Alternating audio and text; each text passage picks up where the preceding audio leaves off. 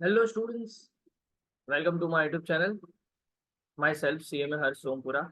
So today I come up with another video related to Indian Contract Act, that is chapter number 2.9, discharge of contracts. पढ़ाई शुरू करने से पहले एक छोटे से रिक्वेस्ट है, अगर आपको ये वीडियोस अच्छे लग रहे हैं, if you do feel that this video can help your friends, तो please do like share and subscribe as much as possible. ठीक है, इसी रिक्वेस्ट के साथ हम पढ़ाई स्टार्ट करते हैं। तो सबसे पहले मैं पढ़ाई स्टार्ट करने से पहले हमेशा ये बोलता हूँ कि जो भी चैप्टर का नाम है या जो भी चीज है उसको पहले देख के पहले सोचो कि इसका नॉर्मल मीनिंग क्या हो सकता है। तो लॉ है ये, इंडियन कॉन्ट्रैक्ट एक्ट है। कॉन्ट्रैक्ट एक्ट के अंदर पहले क्या पूछा है? Discharge of contract. अब डिस्चार्ज ऑफ कॉन्ट्रैक्ट, डिस्चार्ज मतलब खत्म हो जाना, डिस्चार्ज कर देना, है ना। डिस्चार्ज कर देना। तो कॉन्ट्रैक्ट कब एंड हो जाएगा वो चीज के बारे में यहाँ पे रूल्स बताए हैं। कॉन्ट्रैक्ट कब एंड हो जाएगा उस चीज के बारे में यहाँ पे रूल्स बताए गए हैं, बस सिंपल एज दैट। ओके, तो डिस्चार्ज ऑफ कॉन्ट्रैक्ट मतलब कॉन्ट्रैक्ट एंड हो जाना। कॉन्ट्रैक्ट एंड कब होता है? मैंने आपके साथ कॉन्ट्रैक्ट किया, मैंने आपके साथ कॉन्ट्रैक्ट किया, आपने वो काम कर दिया तो कॉन्ट्रैक्ट एंड हो जाएगा, सिंपल एज दैट। मतलब आपका जो ऑब्लिगेशन है, आपने वो आपकी रिस्पॉन्सिबिलिटी खत्म कर दी तो कॉन्ट्रैक्ट एंड हो गया, मतलब डिस्चार्ज हो गया। अगर मैंने आपके साथ कॉन्ट्रैक्ट किया, कोई मैंने जो कंडीशंस थी उसको मैंने ब्रीच किया, मतलब कंडीशंस को मैंने तोड़ा, कंडीशंस जो थी, जो कंडीशन, टर्म्स एंड कंडीशन जो हमारे बीच में टर्म्स एंड कंडीशन जो भी हुआ था, अग्रीमेंट हुआ था, उसको मैंने ब्रीच किया, तो इन दैट सिनेरियो डिस्चार्ज हो जाएगा, कॉन्ट्रैक्ट क्लोज हो जाएगा। तो ये सारे रूल्स है जब डिस्चार्ज हो जाता है कॉन्ट्रैक्ट, तो बस वही चीज लिखी हुई है। सबसे पहले पढ़ते हैं discharge of contract.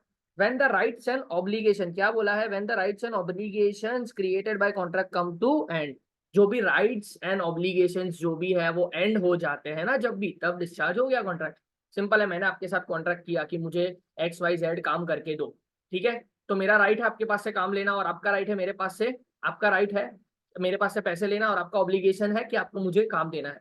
Simple as that. आपने अपना ऑब्लिगेशन दिया तो आपने अपना राइट भी ले लिया कि भाई मुझे पैसे चाहिए। मैंने आपको क्या दिया? मैंने ऑब्लिगेशन था कि मैंने आपको पैसे देने, तो मैंने आपको पैसे दे दिया, आपने अपना काम भी कर दिया, तो this comes to an end, contract end हो जाएगा in that scenario. Done. The contract is said to be discharge और टर्मिनेटेड। सिंपल। जब राइट्स एंड ऑब्लिगेशन जो भी क्रिएट हुए थे कॉन्ट्रैक्ट के, वो it comes to an end, then in that case it will be considered as discharged or terminated. In other words, discharge of contract means termination of contractual relationship between parties. ये MCQ में आता है कि discharge of contract का मतलब क्या है? Termination of contractual relationship. Contractual relationship and हो जाती है तो उसको बोलते हैं, क्या बोलते हैं? Discharge of contract. अब modes of discharge of contract, किस तरह से अलग अलग तरीके से आप डिस्चार्ज ऑफ कॉन्ट्रैक्ट कर सकते हो। देखो ये सारा जो भी चार्ट में लिखा हुआ है वो सारा एक एक चीज हम पढ़ने वाले हैं।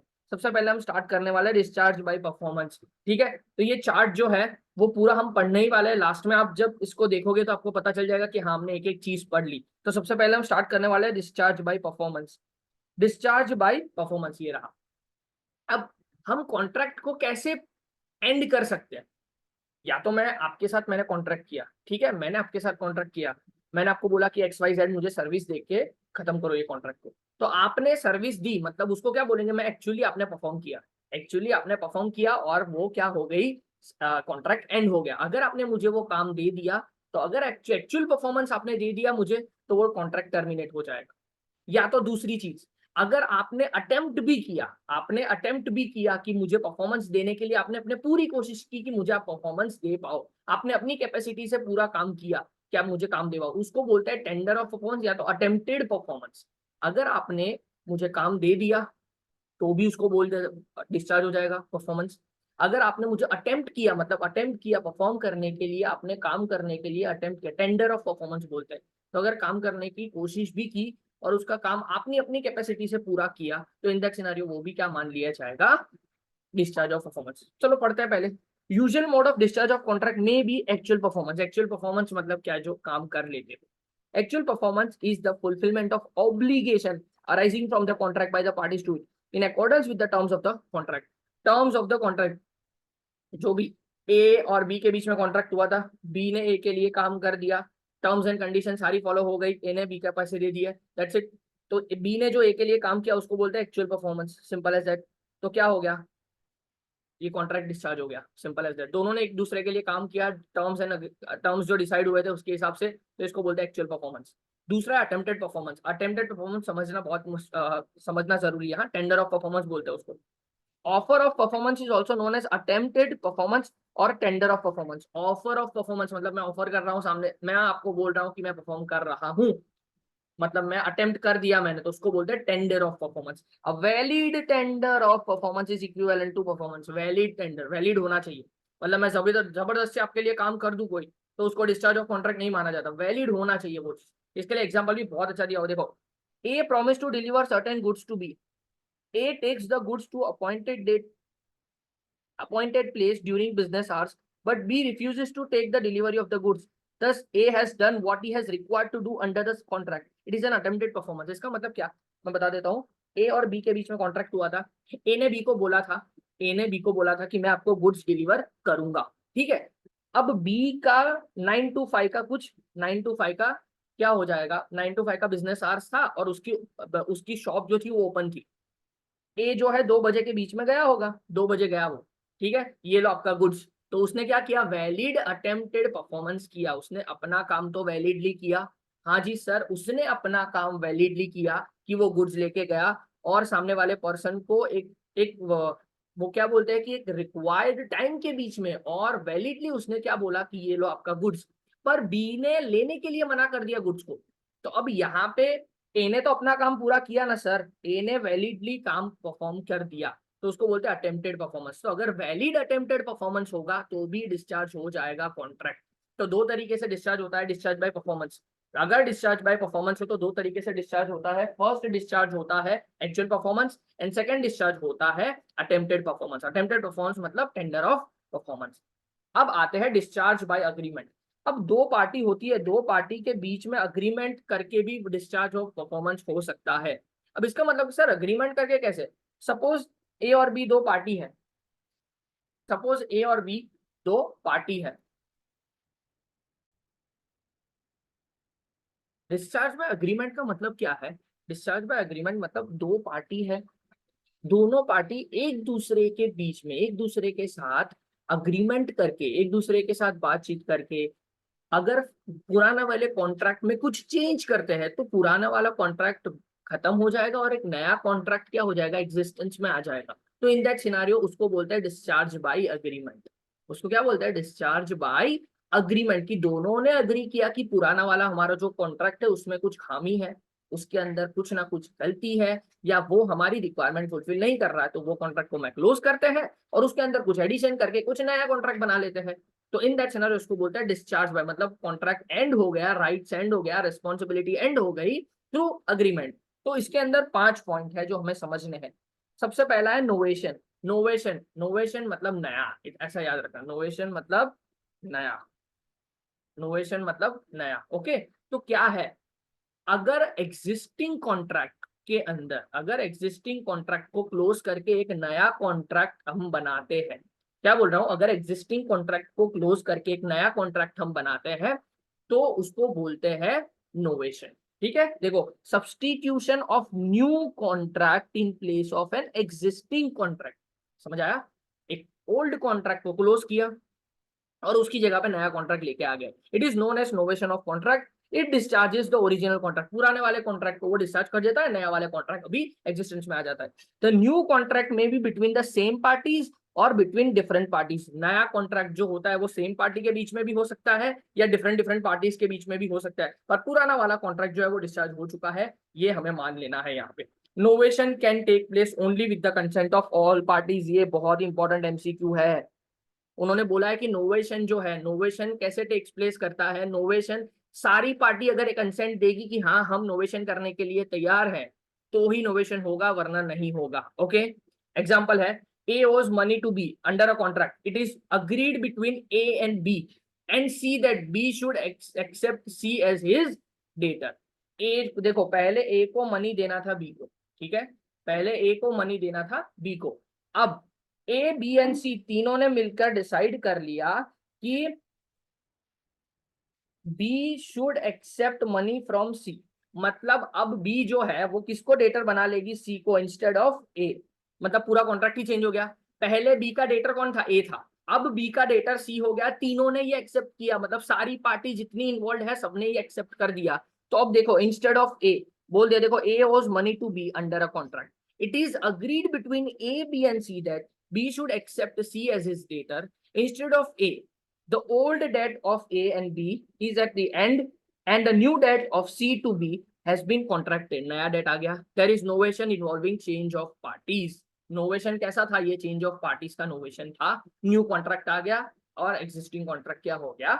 बंद हो गया, डिस्चार्ज हो गया. अभी ऐसा मान लिया जाएगा कि ए ने अपना काम कर लिया है, तो ए अब पार्टी नहीं रहा. अब सी पैसे देगा किसको? बी को. Simple set. ओके, चलो आगे बढ़ते हैं. अल्टरेशन, नाम से ही पता चल रहा है अल्टरेशन मतलब टर्म्स में चेंज आना, टर्म्स में चेंज आना.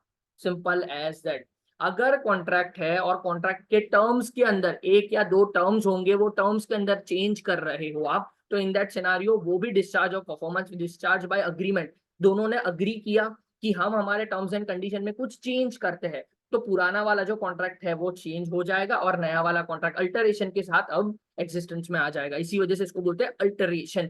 Alteration mean change in one or more of the terms of the contract. देख लो, one or more terms of the contract. ठीक है. In case of novation, there may be a change of the parties, while in case of alteration, the parties remains the same. देखो, आप बोलोगे sir novation भी तो same ही हो जाएगा, novation में भी अल्टरेशन तो हो ही सकता है, पर नोवेशन में पार्टीज चेंज हो सकती है, अल्टरेशन में पार्टीज चेंज नहीं हो सकती. Parties remains the same. मतलब ए और बी के बीच में अगर कॉन्ट्रैक्ट है और वो दोनों अल्टरेशन करना चाहते हैं, तो उनका टर्म्स अलग होगा, सिर्फ टर्म्स चेंज होगा.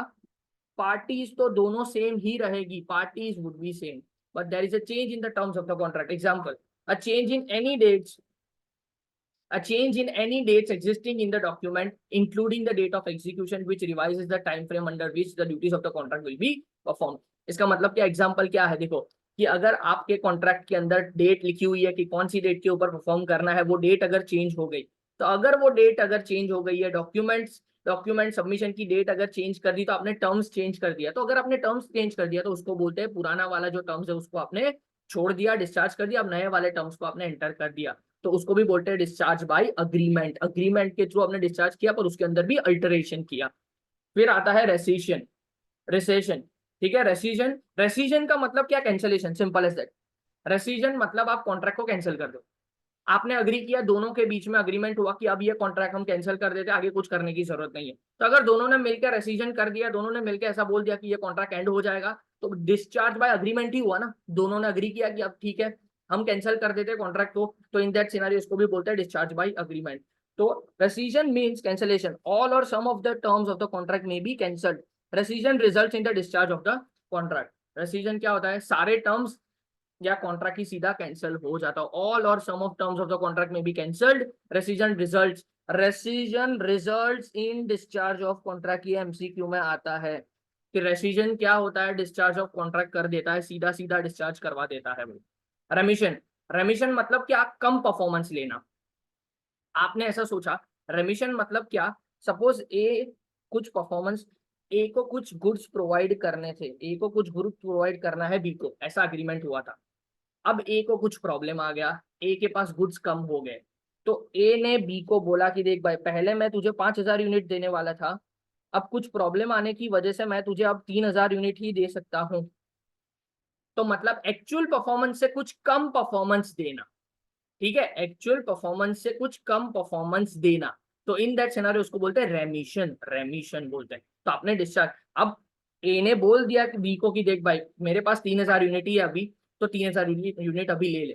ठीक है, तो अगर बी ने अग्री कर दिया तो डिस्चार्ज हो गया कॉन्ट्रैक्ट. तो जो ओरिजिनल कॉन्ट्रैक्ट था 5,000 वाला वो तो गया, अब 3,000 वाला एग्जिस्टेंस में आ गया, और 3,000 वाला कॉन्ट्रैक्ट अगर 3,000 यूनिट उसको दे देगा तो रेमिशन में दिया, मतलब एक्चुअल परफॉर्मेंस से कम कुछ दिया और वो खत्म हो गया कॉन्ट्रैक्ट. ठीक है. Remission means acceptance of lesser performance. क्या? Acceptance of lesser performance that what is actually due under the contract. There is no need of any consideration for remission. रेमिशन के लिए कोई एनी एक्स्ट्रा कंसिडरेशन की जरूरत नहीं होती है. ठीक है. वेवर मतलब क्या? कुछ राइट को छोड़ देना, कुछ राइट को छोड़ देना. अगर दो जो पार्टी है वो एक दूसरे के साथ मिलके ऐसा डिसाइड करती है कि कुछ कंडीशन हम वेव कर देते हैं, दोनों कुछ राइट्स वेव कर देते हैं, तो इन दैट सिनेरियो क्या हो जाता है?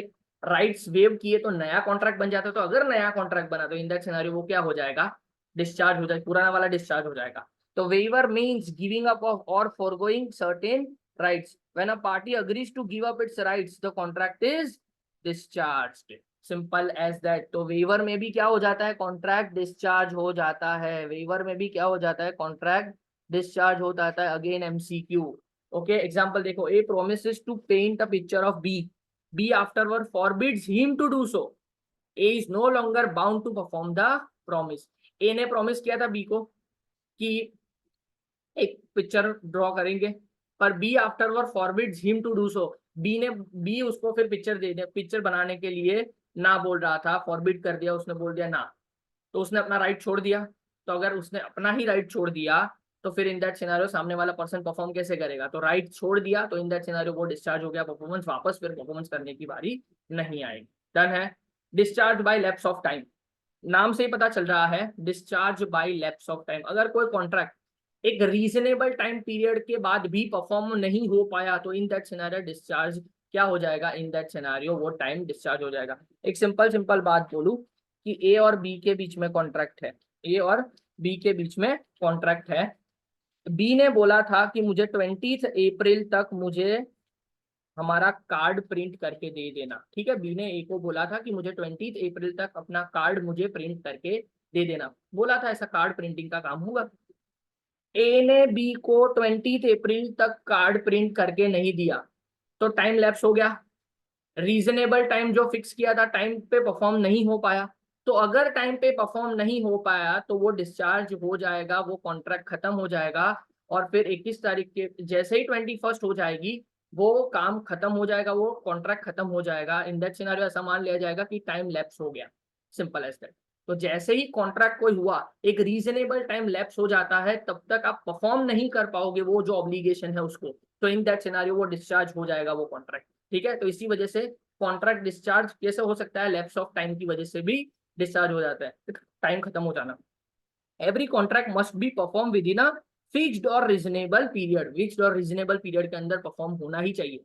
Lapse of time discharge is the contract. देख लो, लैप्स ऑफ टाइम करोगे ना तो कॉन्ट्रैक्ट डिस्चार्ज हो जाता है.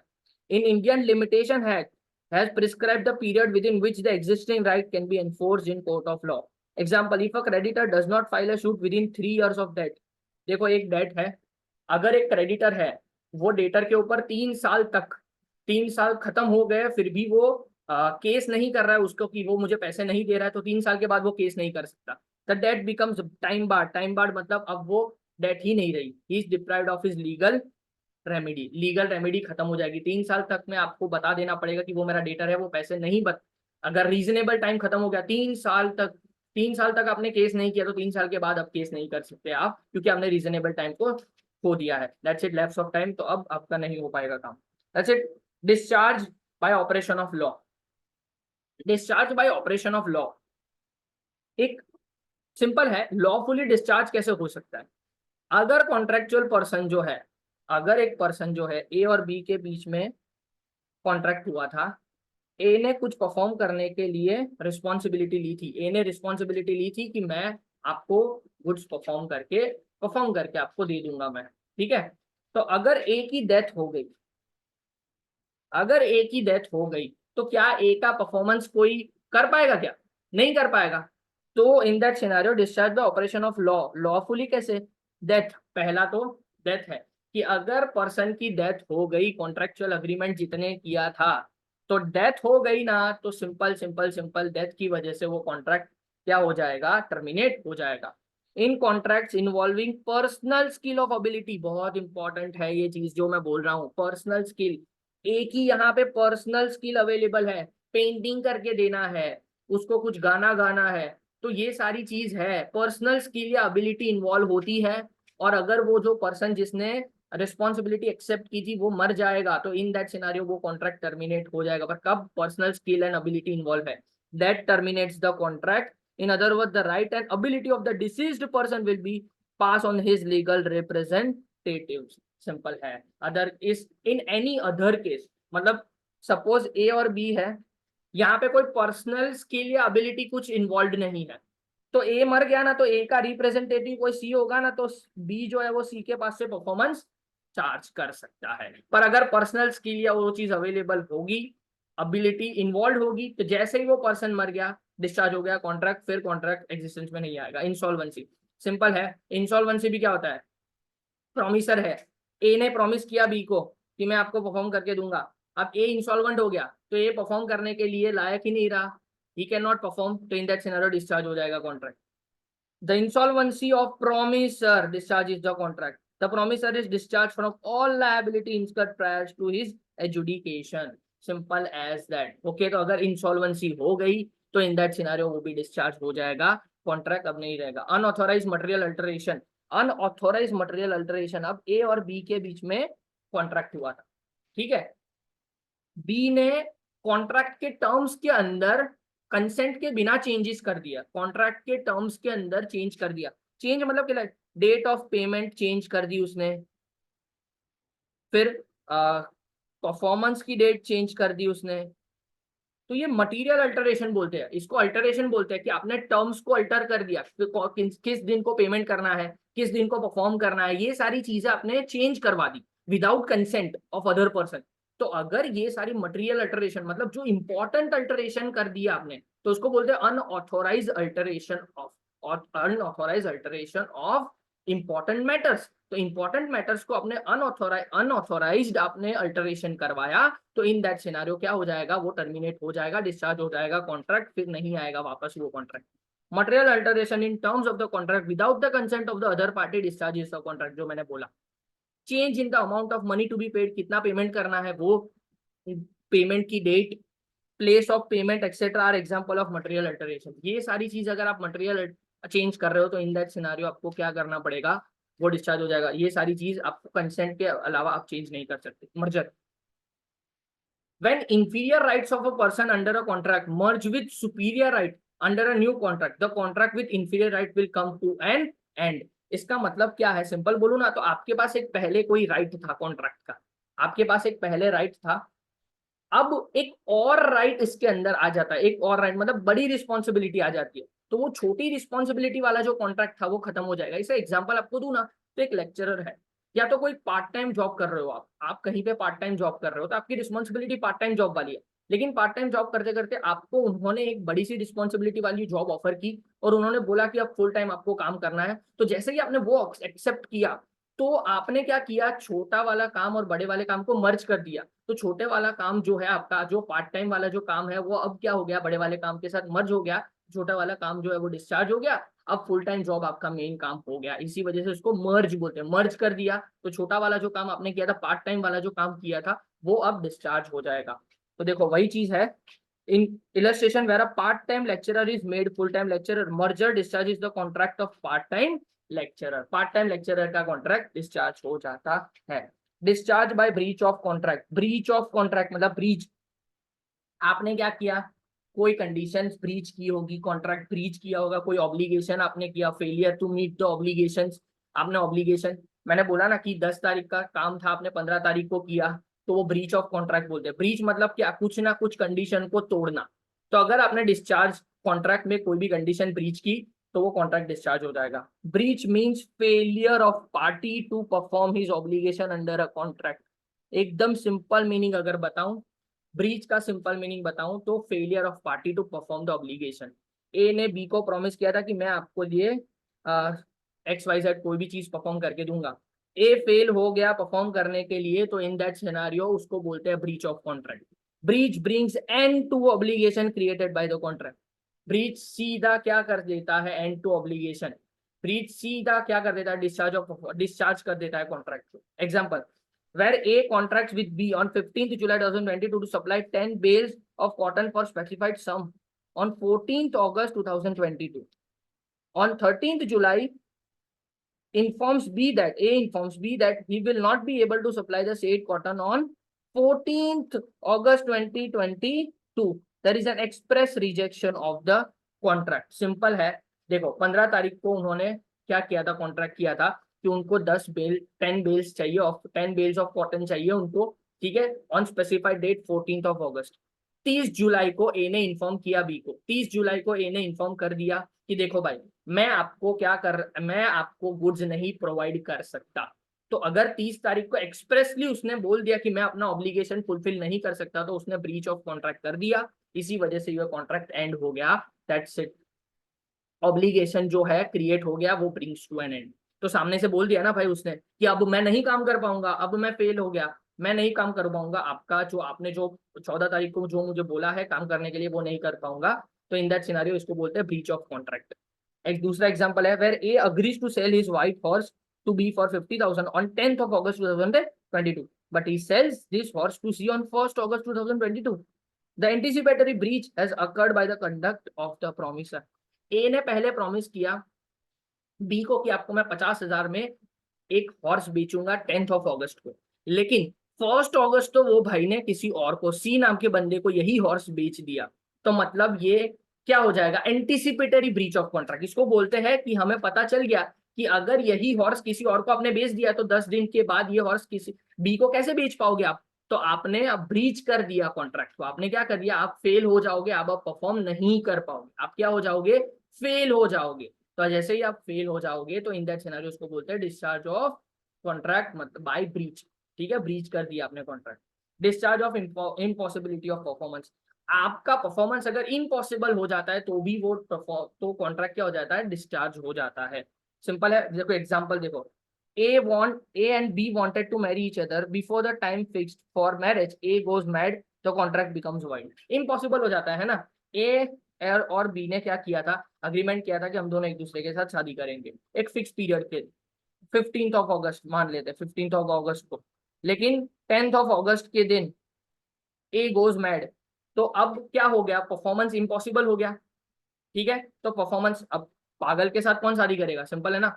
तो इसी वजह से यहाँ पे क्या हो गया, इम्पॉसिबिलिटी ऑफ परफॉर्मेंस, अब शादी परफॉर्म नहीं हो पाएगी। इसी वजह से जिस दिन आपने डिसाइड किया था उस दिन वो काम अगर इम्पॉसिबल हो जाए, जो दिन आपने डिसाइड किया था कि उस दिन हमें कोई एक्टिविटी परफॉर्म करनी है, अगर वो दिन आपको ऐसा लगे कि वो दिन का परफॉर्मेंस इम्पॉसिबल हो जाने वाला है, तो इन दैट सिनेरियो वो क्या हो जाएगा, आपका डिस्चार्ज हो जाएगा कॉन्ट्रैक्ट।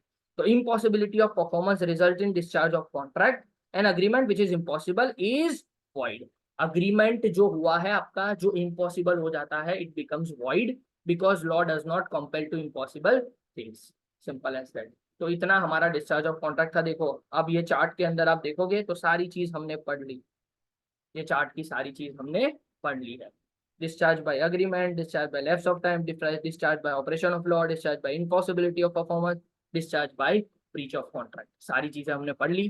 ठीक है, तो अब नेक्स्ट लेक्चर में हम मिलते हैं। ठीक है, तब तक के लिए please keep watching HS certification and keep supporting. Bye bye guys, thank you so much.